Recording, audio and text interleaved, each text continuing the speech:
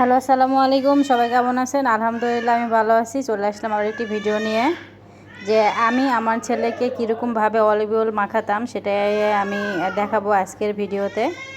এই ভিডিওটা আমি মূলত করতে চেয়েছিলাম। তো চলুন শুরু করা যাক।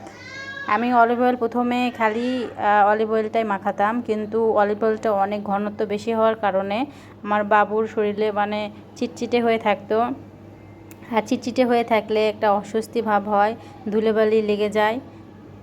তো এই কারণে আমি অলিভ অয়েলটা যখন জানতে পারলাম যে অলিভ অয়েল এরকমভাবে মাখালে সমস্যা হয় বা চিটচিটে হয়, তখন আমি অলিভ অয়েলের সঙ্গে কোকোনাট অয়েল বা নারিকেল তেলটা মেশানো শুরু করলাম। আমি আমার বাবুকে নিউবর্ন থেকে, আমার বাবু যখন 15 দিন বয়স তখন থেকে আমি আমার বাবুকে প্রথম অলিভ অয়েলটা মাখিয়েছিলাম। আর পরে অলিভ অয়েলের সঙ্গে আমি এই জুই নারকেল তেলটা মিশাতাম। আর জুই তেলটার দাম হচ্ছে 170 টাকা, আর অলিভ অয়েলটার দাম হচ্ছে 440 টাকার মতো। আর এটা হচ্ছে অ্যাম্বাসেডর ব্র্যান্ডের তেল, আমি মনোমার্ট থেকে নিয়েছিলাম।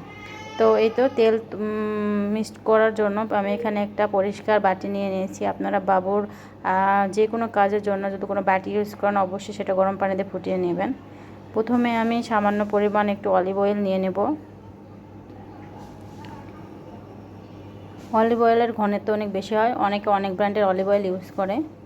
আমি অ্যাম্বাসেডর ব্র্যান্ডের এই অলিভ অয়েলটা ইউজ করেছিলাম।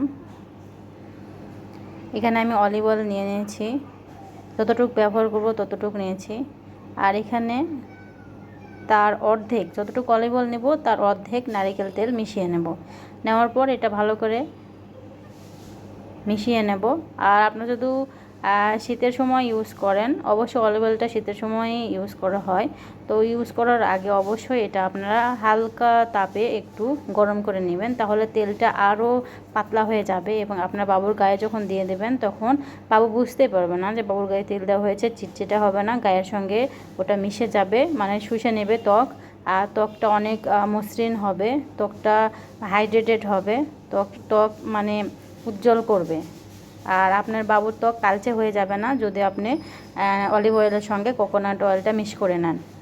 আমার হাতে দেখতেই পারছেন যে তেলটা কতটা পাতলা হয়ে গেছে, আর হাতের সঙ্গে হাতটা লাগছে না। আমি এরকমভাবে আমার বাবুকে অলিভ অয়েল মাখাতাম। তো এরকমভাবে অলিভ অয়েলটা আমি ইউজ করতাম। তো আপনারা অলিভ অয়েল ইউজ করলে এরকমভাবে ইউজ করবেন। সবাই ভালো থাকবেন। আল্লাহ হাফেজ।